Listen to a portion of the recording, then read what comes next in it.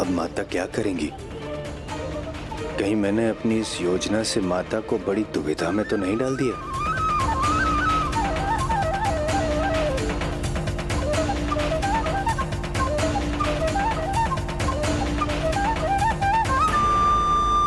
और हमसे कितने समय तक प्रतीक्षा करवाएंगे आप देवी? यदि आप दान देने में समर्थ हैं तो हमारा अनुरोध स्वीकार कीजिए, अन्यथा हम यहां से प्रस्थान करते हैं।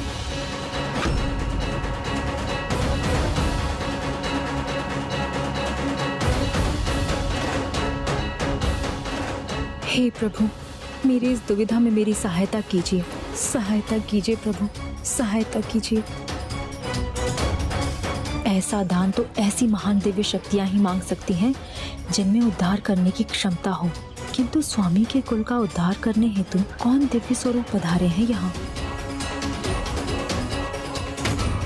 ओह, मैं समझ गई। ऐसी शक्ति, ऐसा सामर्थ्य तो मात्र त्रिदेव अर्थात ब्रह्मदेव, श्री हरि नारायण और महादेव में ही संभव है।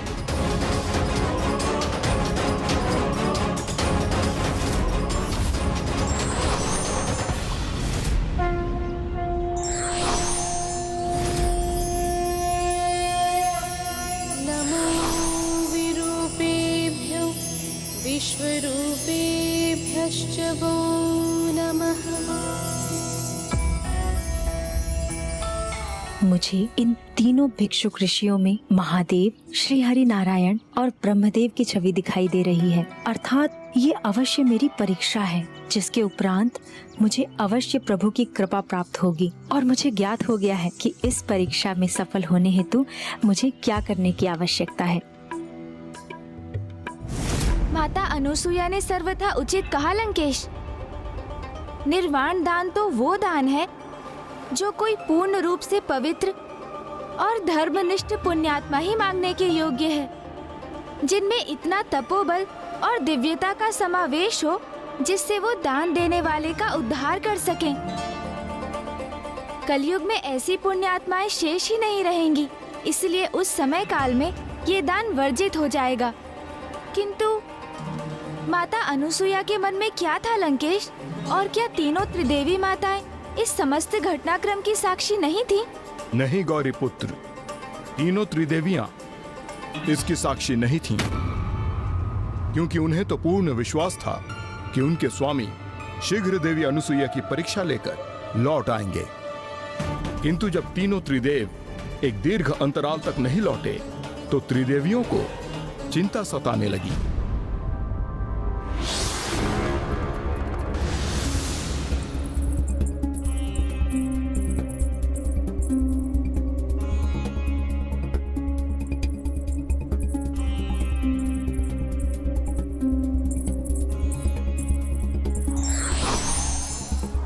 देवी पार्वती, क्या हुआ देवी लक्ष्मी, क्या हुआ देवी सरस्वती?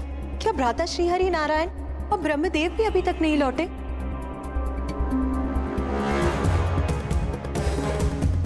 तब तो हमें हमारी ध्यान शक्ति से ये ज्ञात करना चाहिए कि उन्हें लौटने में इतना विलंब क्यों हो रहा है। कहाँ है वो?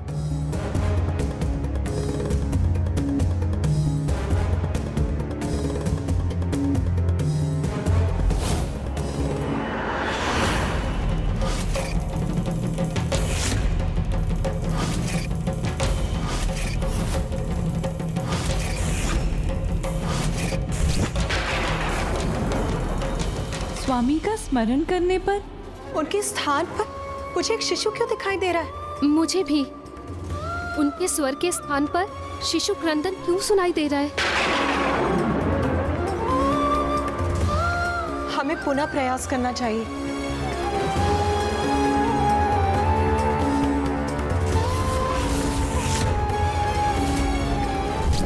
मुझे तो अपार चिंता हो रही है।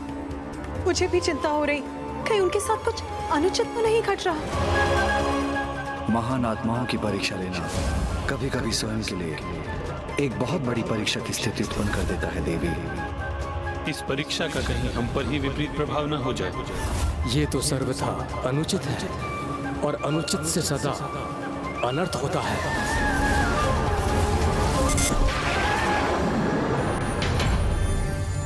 पुनः ऐसा क्यों हो रहा है? प्रभु के स्थान एक शिशु का आभास क्यों हो रहा है मुझे? नारायण नारायण। प्रणाम माते। नारायण नारायण। ऐसा प्रतीत हो रहा है कि आप तीनों अत्यधिक चिंतित हैं। ऐसा भी प्रतीत हो रहा है कि आप तीनों त्रिदेव कहाँ है उसकी चिंता में चिंतित हैं। त्रिदेव कहाँ है मुझे ज्ञात है।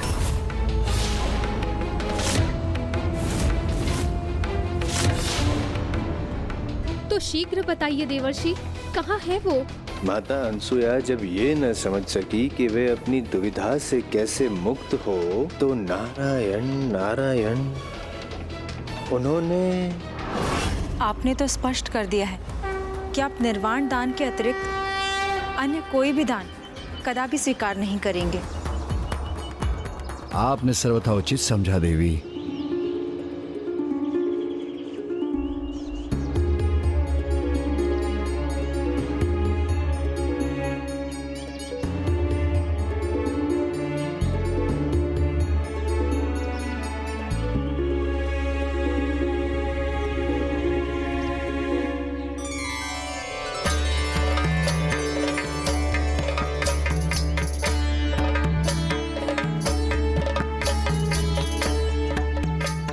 पतिव्रता स्त्री अपने नवजात शिशु के समक्ष ही निर्वाण दान करने हेतु प्रस्तुत हो सकती है। यदि मैंने पूर्ण निष्ठा के साथ पतिव्रत धर्म का पालन किया है तो आप तीनों नवजात शिशुओं में परिवर्तित हो जाएंगे।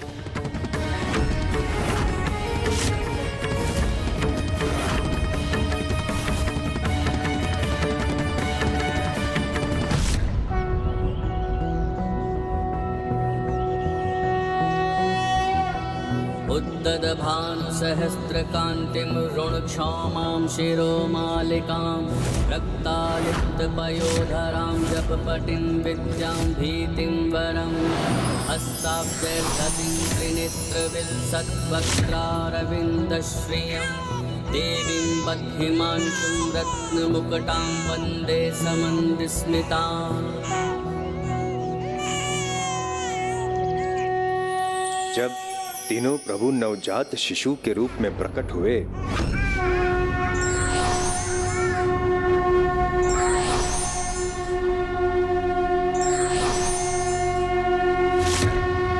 तो माता अनसुया का मातृत्व भी जागृत हो गया।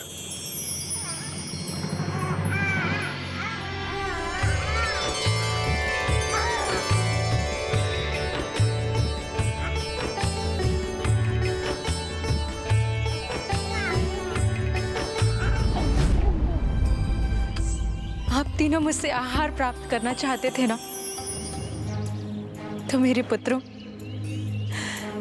अब मैं आपको पोषण प्रदान करूंगी।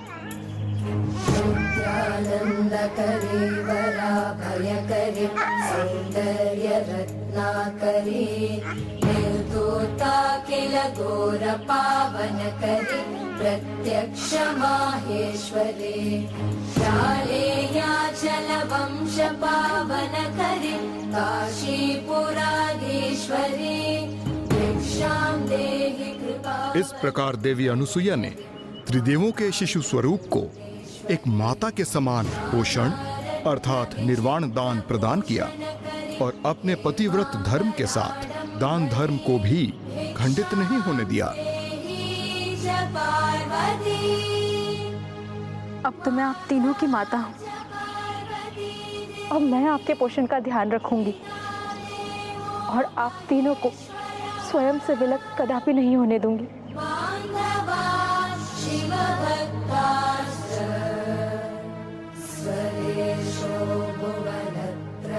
हम तीनों के स्वामी त्रिदेवों ने हमें सावधान किया था कि हमारी इस परीक्षा का हम पर प्रतिकूल प्रभाव हो सकता है।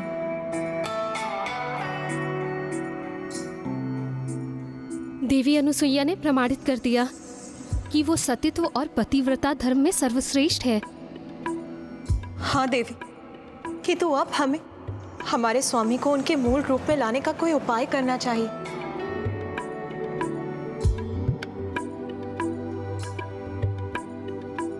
किंतु लंकेश, फिर त्रिदेवी माताओं ने माता अनुसुईया को तीनों प्रभु को उनके मूल स्वरूप में लौटाने के लिए कैसे प्रेरित किया?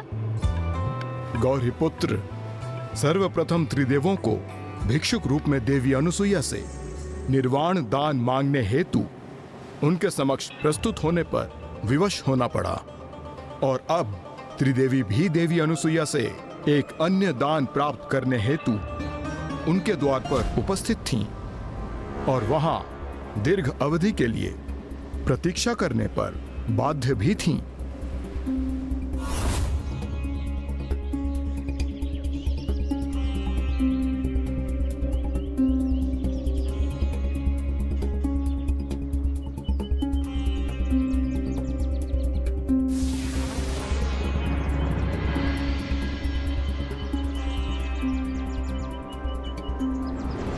नारायण नारायण, यहाँ जो भी हो रहा है उसका कारण तो एक प्रकार से मैं ही हूँ, और अब मुझे ज्ञात नहीं कि सब कुछ पुनः सामान्य कैसे होगा और कितनी परिकाष्ठा करनी होगी तीनों माताओं को। देवी अनुसुईया, अब जब तक चाहेंगे हम यहाँ प्रतीक्षा करेंगे, किंतु मुझे पूर्ण विश्वास है आप कदापि हमें यहाँ से रिक्त हाथ नहीं लौटाएंगी।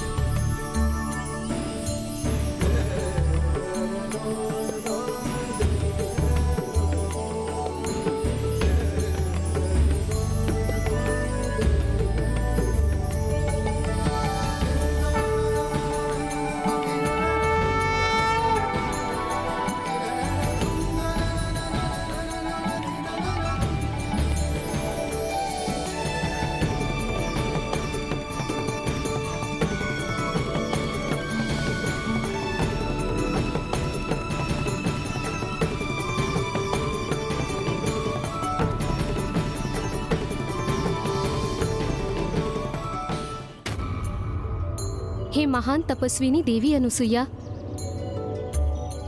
हमें क्षमा करे कि हमने आपके पतिव्रता और आपके सतीत्व को कम आंकने की भूल कर उसकी परीक्षा लेने का प्रयास किया। हमारी इस भूल का दंड संपूर्ण जगत को न दे देवी, संसार को उनके प्रभु लौटाने की कृपा करें।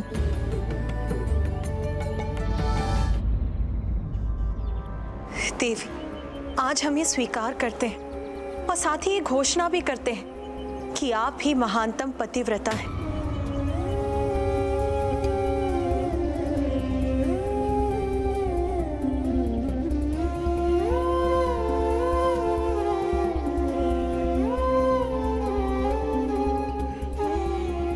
प्रणाम त्रिदेवियों, आपका कोटि कोटि धन्यवाद कि आपने मुझे इस योग्य समझा और मेरे आश्रम में आकर मुझे अपने दर्शन प्रदान करने का सौभाग्य दिया। देवी, अब हम आपसे एक और धर्म का निर्वाह करने का निवेदन करते हैं। आप हम सबको हमारे स्वामी और जगतवासियों को उनके प्रभु, उनके त्रिदेव लौटा दीजिए।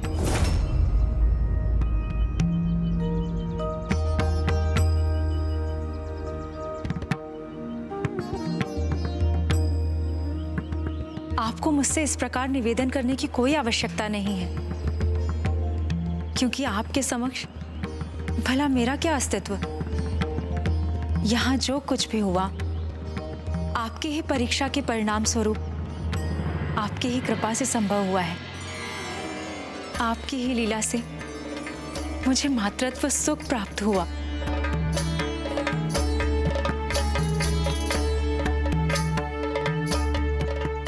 मान्यता तो ये है कि माँ संतान को जन्म देती है, किंतु यहाँ तो इन तीनों शिशुओं ने मुझ में एक माँ को जन्म दिया है, मेरे मातृत्व को जागृत किया है, और इस माँ के लिए अपने शिशुओं से विलग होना अत्यंत दुखदायी होगा। इसीलिए आप जो कह रही हैं वो मैं तभी कर सकती हूँ जब मेरे द्वारा निर्धारित एक अवस्था पूर्ण होगी। आप तीनों त्रिदेवियां मुझे एक वचन दीजिए कि भविष्य में आप अपने स्वामियों को मेरे पुत्र के रूप में अवतार लेने के लिए प्रेरित करेंगे।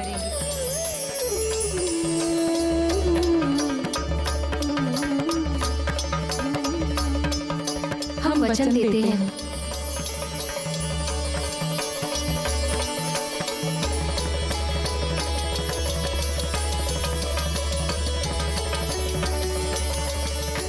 धन्यवाद।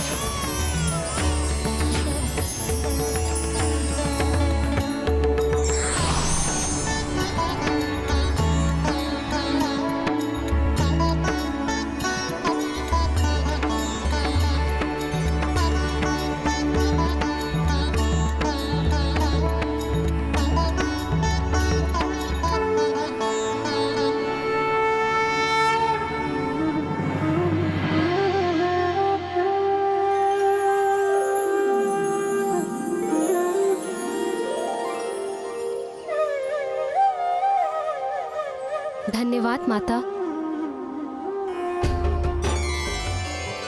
देवी अनुसुईया, आपने अपने सतीत्व का बल प्रदर्शित कर और अपने पतिव्रत धर्म से अर्चित शक्ति का परिचय देकर जगत के समक्ष ये प्रमाणित कर दिया है कि आप ही महानतम पतिव्रता हैं। किंतु उससे भी अधिक हम त्रिदेव जो स्वयंभू हैं, अर्थात जो स्वयं प्रकट हुए हैं, आपने हमारे शिशु रूप में अपने आंचल में भरकर माँ की ममता के अनूठे सुख से परिचित करवा दिया। आपकी ममता का सुख तो हमारे लिए परम सुख के समान था, और माता का सुख क्या होता है वो आज आपने हमें ज्ञात करवा दिया। और हम पुनः उस सुख का अनुभव करने के लिए ललायित हैं। इसलिए हम आपको वरदान देते हैं कि हम तीनों त्रिदेव आप ऋषि अत्रि के यहाँ संतान रूप में जन्म अवश्य लेंगे, और हमारा आशीष आप पर सदैव बना रहेगा।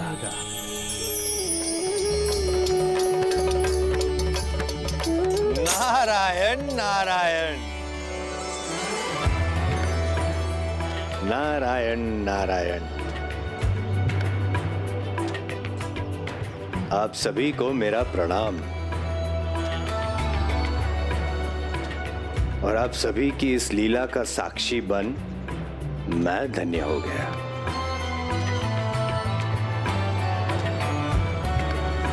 अब यही लीला आगे चलकर फलित होने वाली थी प्रभु महादेव के ऋषि दुर्वासा के रूप में जन्म लेने की उसी घटना से। अर्थात अब महादेव का ऋषि दुर्वासा अवतार लेने का समय आ गया था, और कदाचित मामा जी श्री हरि नारायण भी प्रभु दत्तात्रेय अवतार लेने वाले थे।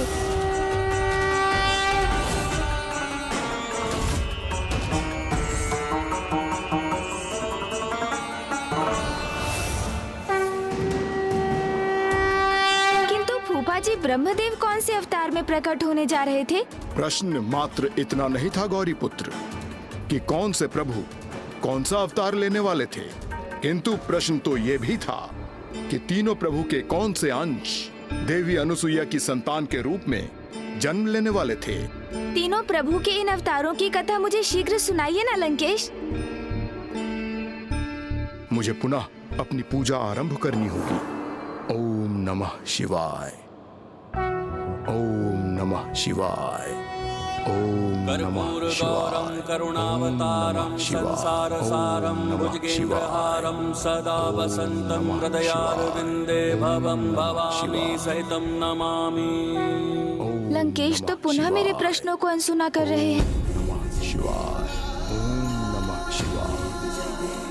आपके प्रश्न का उत्तर तो आपको उस विस्फोटक घटना के विषय में विस्तार से सुनने के उपरांत ज्ञात होगा गौरीपुत्र, जब पुनः एक बार पितामह प्रभु ब्रह्मदेव को प्रभु शिव शंकर शंभु के कोप का सामना करना पड़ा था।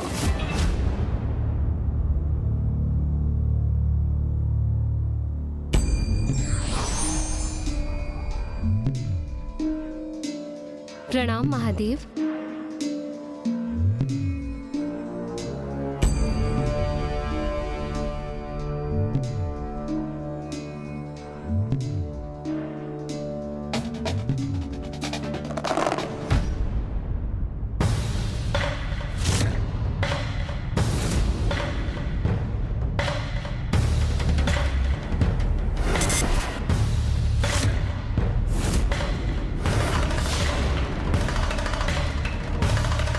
ब्रह्मदेव को तो जैसे मेरे आगमन का आभास भी नहीं हुआ।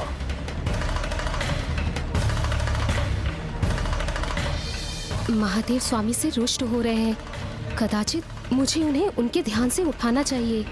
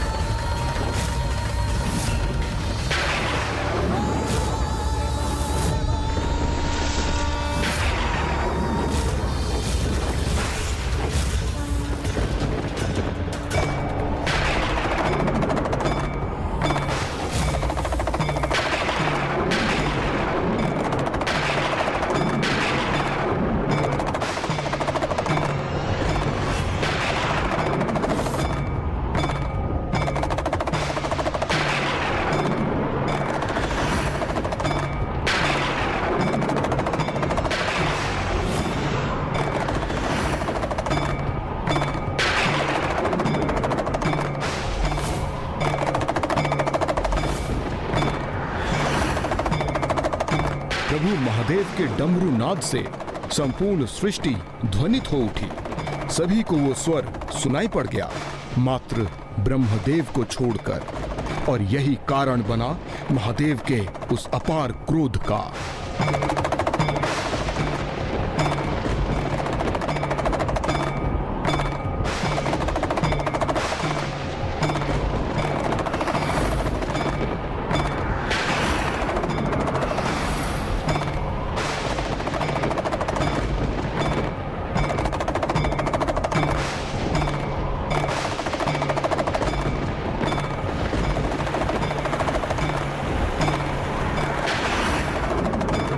प्रणाम प्रभु।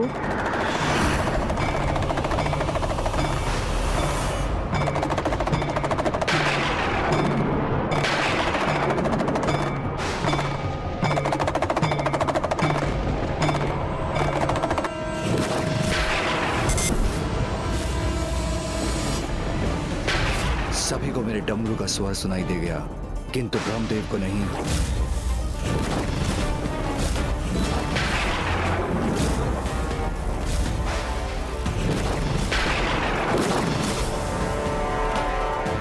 प्रभु महादेव के आगमन के उपरांत भी, उनके द्वारा ब्रह्मदेव को अपनी ओर आकर्षित करने पर भी वो अपने ध्यान से जागृत क्यों नहीं हो रहे? क्या ये किसी महान उद्देश्य को पूर्ण करने के लिए प्रभु की कोई लीला है, अथवा वास्तव में ही प्रभु ब्रह्मदेव और ब्रह्मलोक पर प्रभु महादेव के क्रोध का संकट छा रहा है।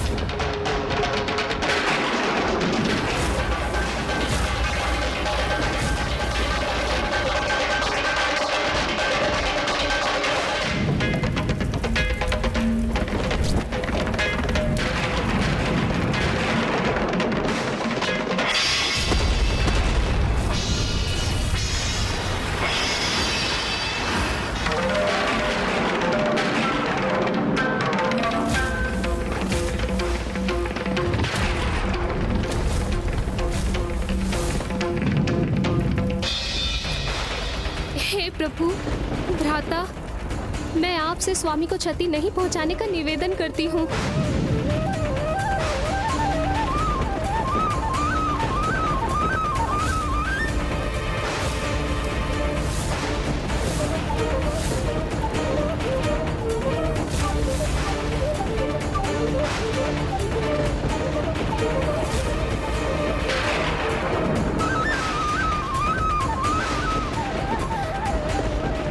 प्रभु महादेव के क्रोधांश को तो एकमात्र देवी पार्वती ही शांत कर सकती है।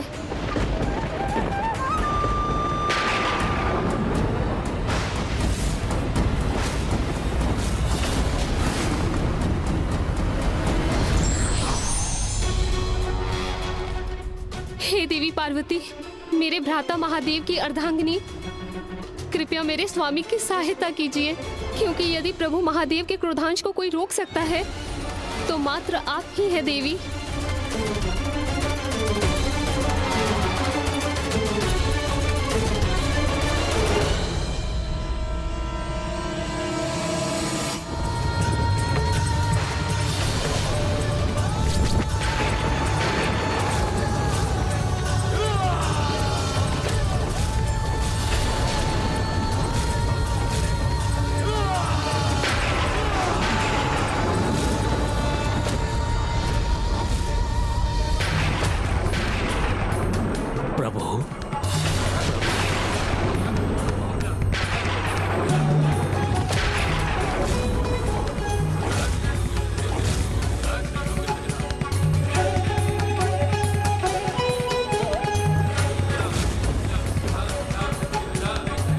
ये तो प्रभु महादेव के क्रोधांश है।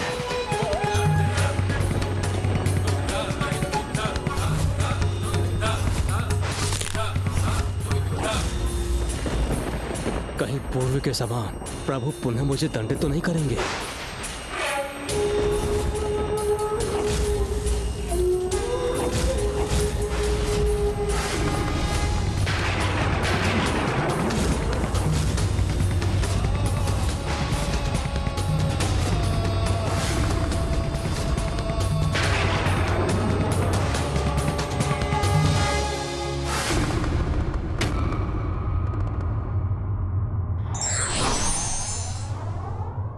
जो अपने धर्म पथ पर अडिग रहते हैं वो किसी भी कठिन परिस्थिति एवं परीक्षा का सामना सहजता से ही कर लेते हैं।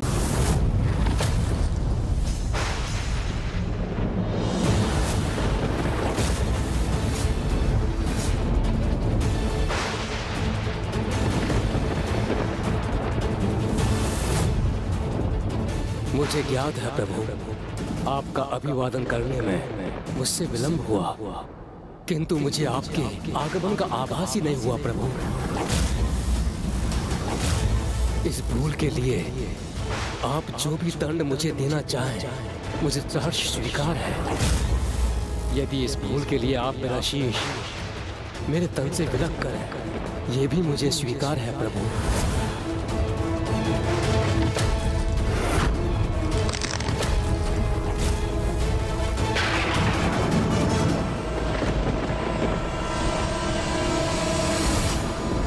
देखिए देवी पार्वती, प्रभु महादेव के क्रोधांश और स्वामी के शीतल अंश एक दूसरे के सम्मुख है।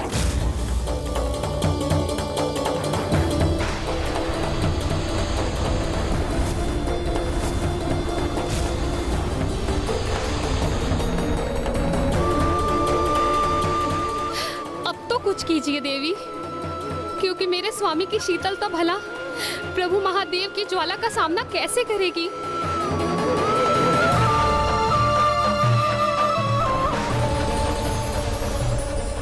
अति किसी की भी हो वो कभी भी उचित नहीं होती, इसीलिए शीतलता और क्रोध दोनों का ही उनके चरम पर होना सर्वथा अनर्थकारी प्रमाणित होता है और इन दोनों में संतुलन स्थापित करना अनिवार्य है।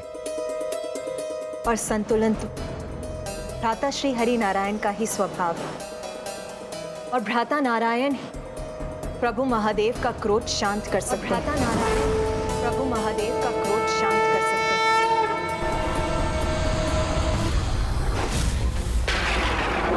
मुझे आपके आगमन का आभास ही नहीं हुआ। आप 24 दंड मुझे आपके आगमन का आभास अलग कर, ये भी मुझे स्वीकार है।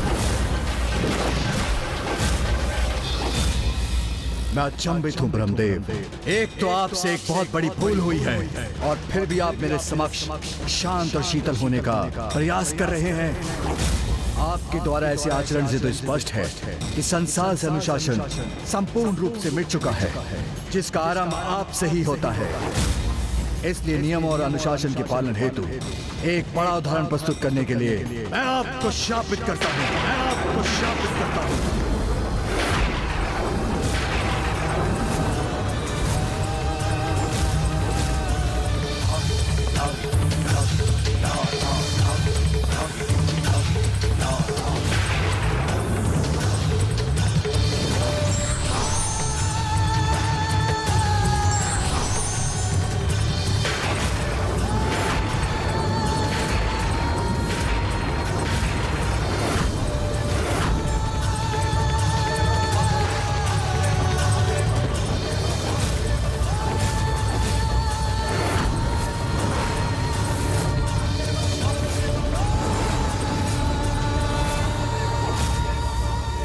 रुकिए महादेव।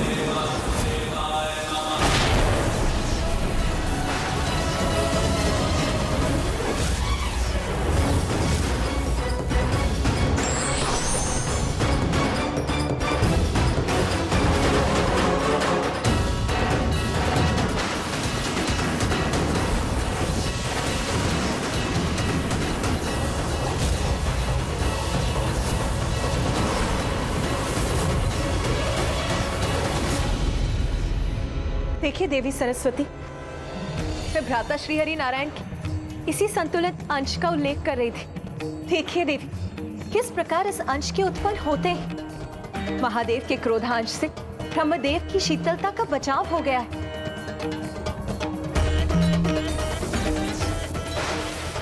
और महादेव ने भी अपने क्रोधांश पर नियंत्रण स्थापित करना आरंभ कर दिया है।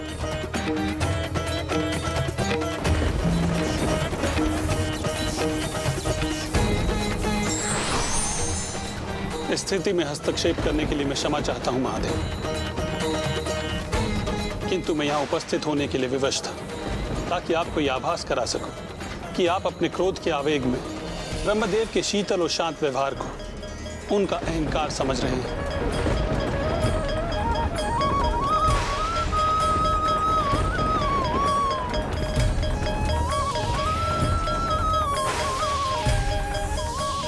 क्षमा कीजिए ब्रह्मदेव, किंतु मैं आपका भी ध्यान इस ओर इंगित करना चाहता हूं कि आपके शांत और शीतल स्वभाव से ऐसा प्रतीत होता है कि इस पूर्ण घटनाक्रम से आपको कोई प्रभाव ही नहीं पड़ा। महादेव का आपके लिए प्रतीक्षा करने के लिए विवश होना और उनका क्रोध दोनों को अनदेखा कर दिया आपने। किंतु यही नियत भी था, क्योंकि हमारे अवतारों को माता अनुसुईया के संतान के रूप में अभी प्रकट होना शेष।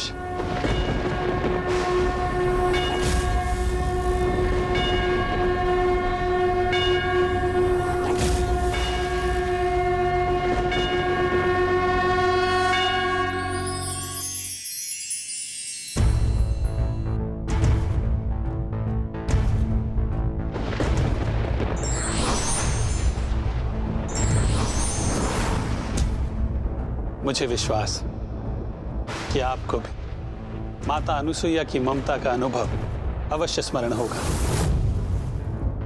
जिसे हम पुनः प्राप्त करने जा रहे हैं।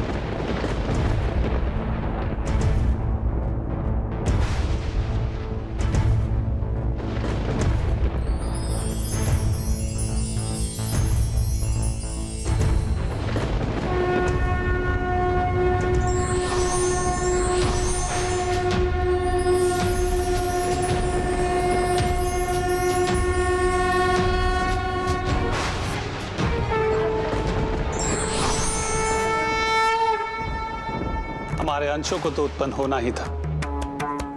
अब माता अनुसुईया द्वारा उन्हें प्राप्त करने का समय आ गया है, जिससे हम अवतार ले सकें।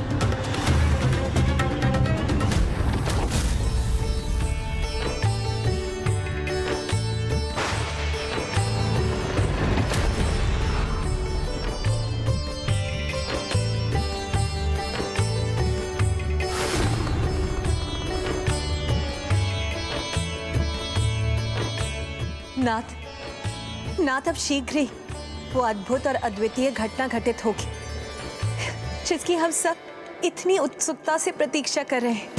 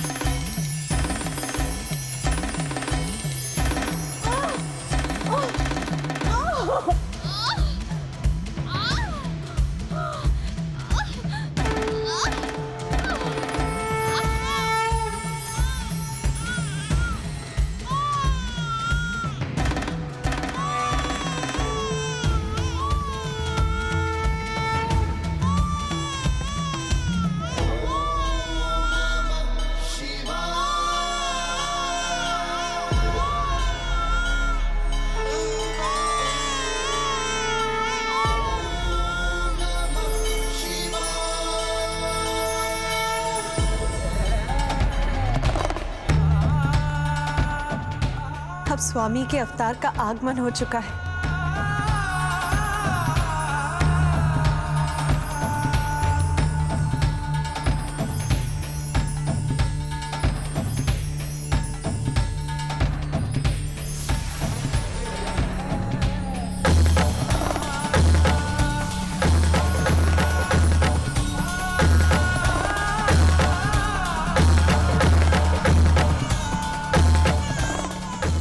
एक और शिशु।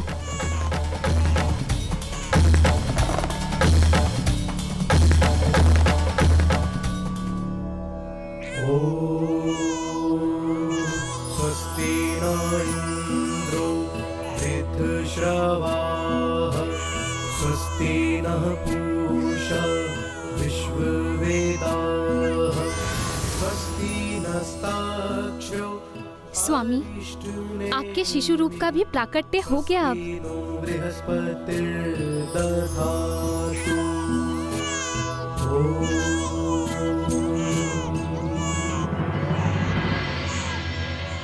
कितना दिव्य और सुंदर स्वरूप है इस शिशु का देवी।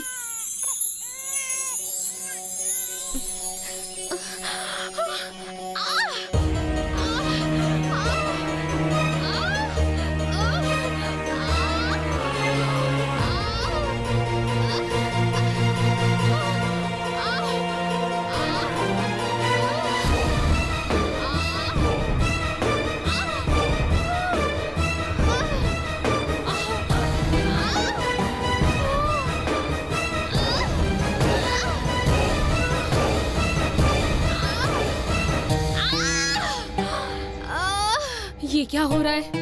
इनके तीसरे शिशु के जन्म में इतना विलंब क्यों हो रहा है? स्वामी, आपके अवतार के जन्म में ऐसी बाधा क्यों उत्पन्न हो रही है?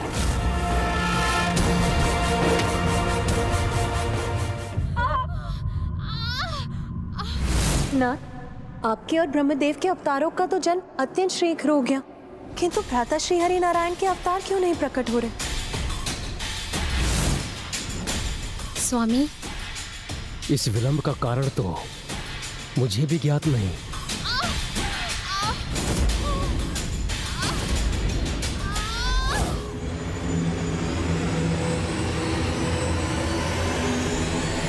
संसार में अकारण कुछ नहीं होता। अवश्य इस विलंब का भी कोई कारण होगा देवी।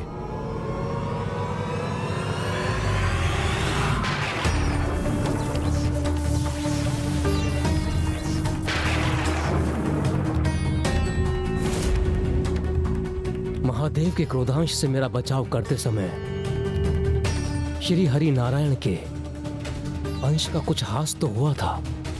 कदाचित यही कारण है इस विलंब के पीछे। मेरी क्रोधाग्नि के कारण ही प्रभु श्री हरि नारायण के संतुलित अंश अपूर्ण रह गए। मुझे उन्हें पूर्णता प्रदान करनी होगी। उन्होंने मेरी ढाल बनकर मेरा बचाव किया, इसके कारण उनके अंश अधूरे रह गए। उन्हें पूर्ण करना होगा मुझे।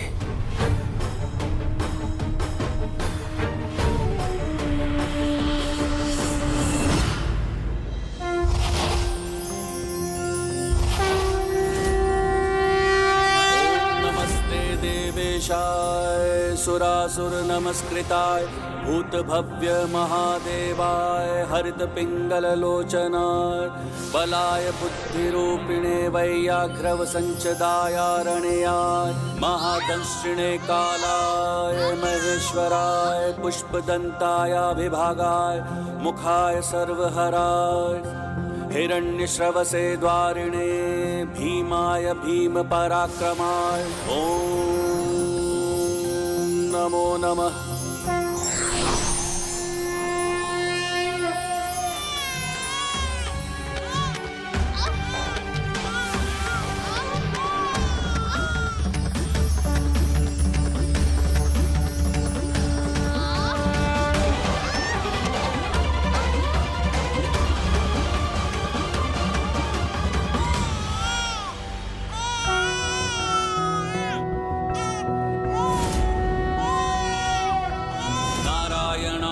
सुरमंडन मंडनाय नारायणाय सकल स्थिति कारणाय नारायणाय भवभीति निवारणाय नारायणाय प्रभवाय नमो नमस्ते।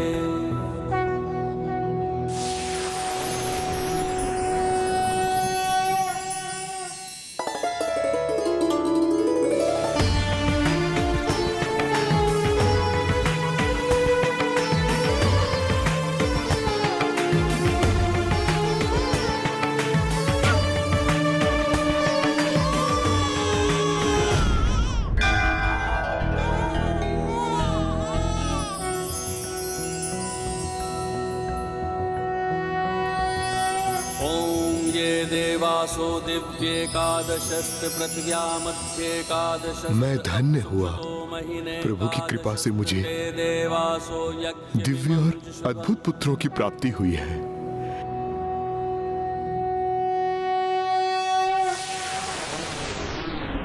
जो श्रेष्ठतम है, जिनका समस्त ब्रह्मांड में सर्वोच्च स्थान है, उन तीनों प्रभु अर्थात त्रिदेवों ने माता अनुसुईया के पुत्रों के रूप में एक साथ जन्म लेकर अवतार लिया।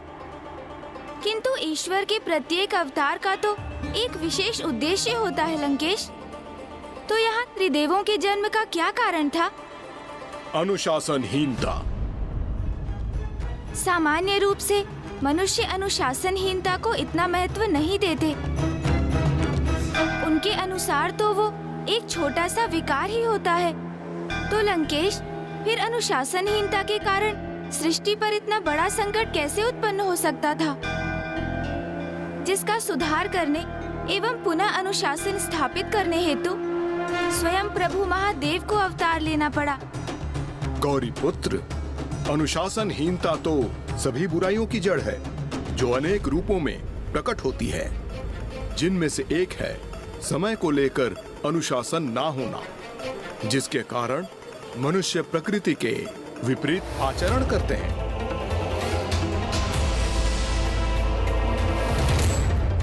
वो दिवस में सुप्त अवस्था में रहते हैं और रात्रि में जागृत होते हैं, जिससे उनके स्वास्थ्य के साथ साथ उनकी बुद्धि पर भी कुप्रभाव होता है। और प्रकाश रहित रात्रि का गहन अंधकार तो अधर्म को ही जन्म देता है। गौरी पुत्र, अब मैं आपको बताऊंगा अनुशासनहीन आचरण के कारण।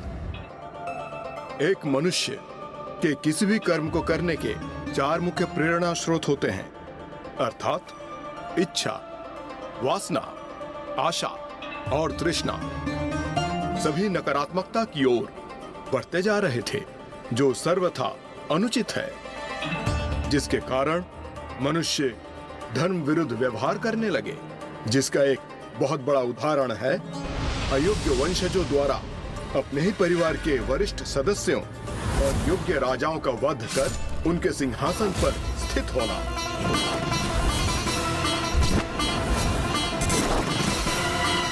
अब मैं बनूंगा राजा।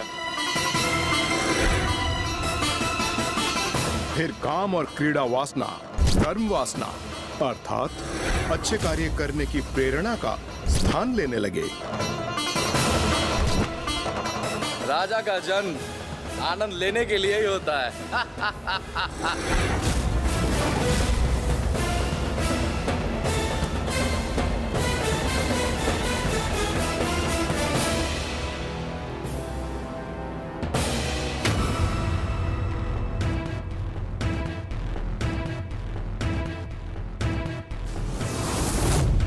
कठिन श्रम से उत्पन्न आशा का स्थान एक भ्रामक आशा के भाव ने ले लिया, जिसके अनुसार मनुष्यों के मन में यह मान्यता स्थापित हो गई कि कर्म किए बिना ही उन्हें फल प्राप्त हो जाएगा, जिसके कारण संसार में आलस्य बढ़ने लगा।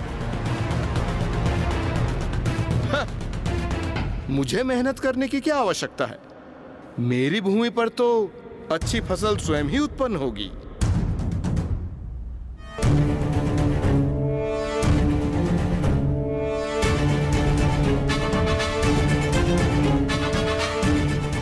सबसे अधिक थी तृष्णा, अर्थात असीमित लालच, दूसरों को भयभीत कर उन्हें ठग कर उनका धन प्राप्त करना, जिसके कारण ऐसे उन्माद योद्धा भी उत्पन्न हुए जो अपने स्वार्थ हेतु असहाय जीवों का भी रक्त बहाने के लिए तत्पर थे।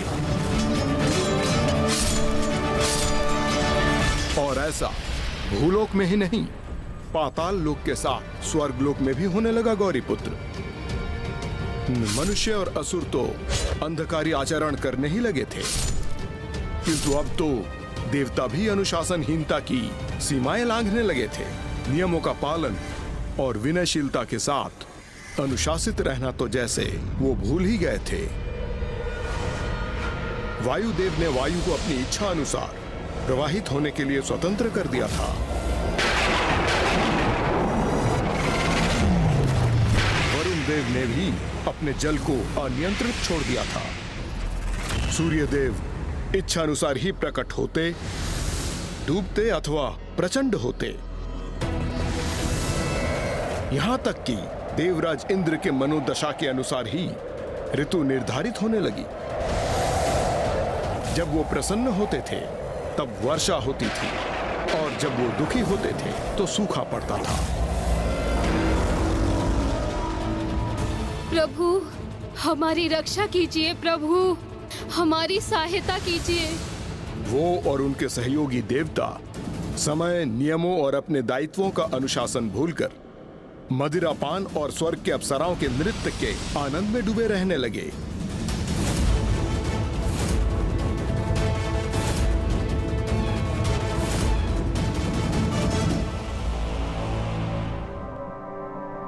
फिर तो देवता भी अपने कर्तव्यों और दायित्वों के प्रति अनुशासनहीन होकर सर्वथा बुराई के पथ पर थे लंकेश। इसलिए सबसे बुरा भी उनके साथ ही होने वाला था गौरीपुत्र। लंकेश, इस कथा के तो अभी तक 3 मुख्य संकेत हैं। प्रथम, मानव, दानव और देवताओं को इसका ज्ञान भी नहीं था कि अनुशासनहीनता के कारण त्रिलोक अव्यवस्था एवं विनाश की ओर बढ़ रहे थे और शीघ्र जगत में अनुशासन स्थापित करने की आवश्यकता थी। द्वितीय, रात्रि के अंधकार में पाप कर्मों को बढ़ावा प्राप्त हो रहा था और शीघ्र सृष्टि के इस अधर्म के अंधकार को मिटाने हेतु एक मार्गदर्शक का प्रकट होना अनिवार्य था। और तृतीय, एक मनुष्य की 4 प्रेरणा स्रोत अर्थात इच्छा, वासना, आशा और तृष्णा अत्यंत तीव्रता से अनियंत्रित होकर नकारात्मकता की ओर बढ़ रहे थे, जिसके कारण अधर्म में वृद्धि हो रही थी। इसलिए मनुष्य के इन 4 मूल प्रेरक स्रोतों को भी नियंत्रित करना अनिवार्य था। आप तो इस कथा का सार भली भांति समझ गए हैं गौरीपुत्र। कदाचित इसलिए आपको ज्ञान विधाता भी कहा जाता है। तो अब मैं और स्पष्ट कर दूं गौरीपुत्र, रात्रि के मार्ग को प्रकाशित करने वाले मार्गदर्शक का होना, यही 3 मुख्य कारण थे त्रिदेवों के अवतार के। तो फिर लंकेश, किन प्रभु के अवतार ने किस दायित्व को निभाया और कैसे? इसमें तो तीनों का ही योगदान था। प्रथम समस्या का समाधान तो श्री हरिनारायण के अवतार ने किया, जिनमें प्रभु शिव शंकर शंभु और पितामह ब्रह्मदेव की आंशिक शक्तियां भी समाहित थी। इसलिए वो 3 शीश के साथ प्रकट हुए थे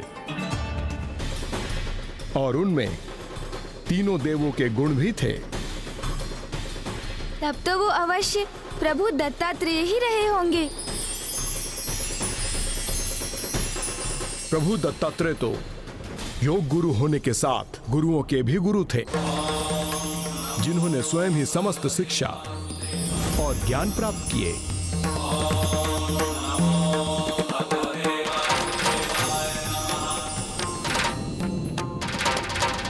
और एक ऋषि समान जीवन व्यतीत करने के साथ आदि गुरु कहलाए।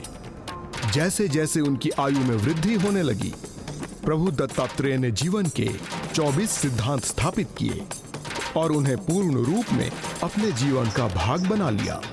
उन्होंने 4 प्रेरणा स्रोतों अर्थात इच्छा, वासना, आशा और तृष्णा पर भी नियंत्रण प्राप्त किया। योग गुरु होने के नाते उन्होंने संसार को भी यही सीख दी कि यदि मनुष्य स्वयं को संतुष्ट रखना सीख जाए तो वो इच्छा, वासना, आशा और तृष्णा के वश में होने के स्थान पर स्वयं उन्हें अपने वश में रखने में सक्षम हो जाता है। जो 4 श्वान प्रभु दत्तात्रेय के निकट दिखाई देते हैं, वो मनुष्य के इन्हीं 4 आंतरिक प्रेरणा स्रोतों के ही द्योतक हैं और उनके निकट गौ माता की उपस्थिति पंच तत्व एवं संतुष्टि की प्रतीक है। तो इस प्रकार प्रभु दत्तात्रेय ने अनुशासन के पथ पर आने वाली प्रथम बाधा को दूर किया। और दूसरी बाधा का निवारण किया। मेरे पितामह प्रभु ब्रह्मदेव के अवतार ने माता अनुसुईया के दूसरे पुत्र प्रभु ब्रह्मदेव के अवतार और कोई नहीं, स्वयं चंद्रदेव ही हैं।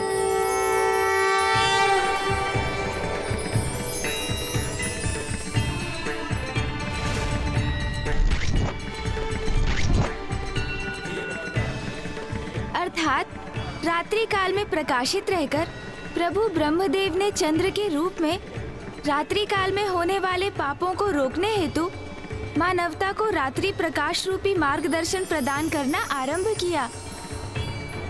अनुशासन विहीनता से उत्पन्न अशुद्धताओं को चंद्र और प्रभु दत्तात्रेय ने दूर किया, किंतु अभी भी वास्तविक समस्या तो शेष ही थी और उसे दूर करना प्रभु शिव शंकर शंभु के अवतार का दायित्व था, जिन्होंने दंड देकर मनुष्य में नियमों की अवहेलना करने की प्रवृत्ति को सुधारना आरंभ कर दिया।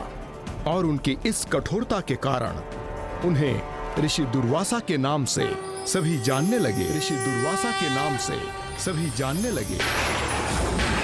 ऋषि दुर्वासा, जो अनुशासन और क्रोध के पर्याय थे।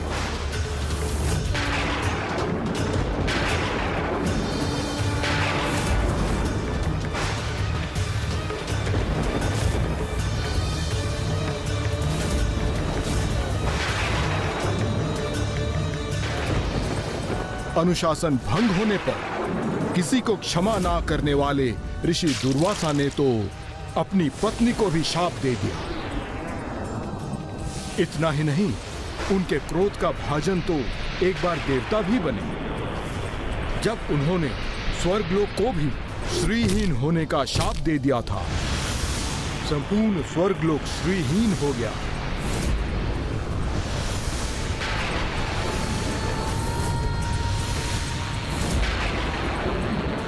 और इसी शाप के कारण देवी लक्ष्मी ने वैकुंठ धाम का त्याग कर दिया। ये उन्हीं दुर्वासा ऋषि की कथा है गौरी पुत्र, जो अब मैं आपको आगे सुनाने जा रहा हूँ।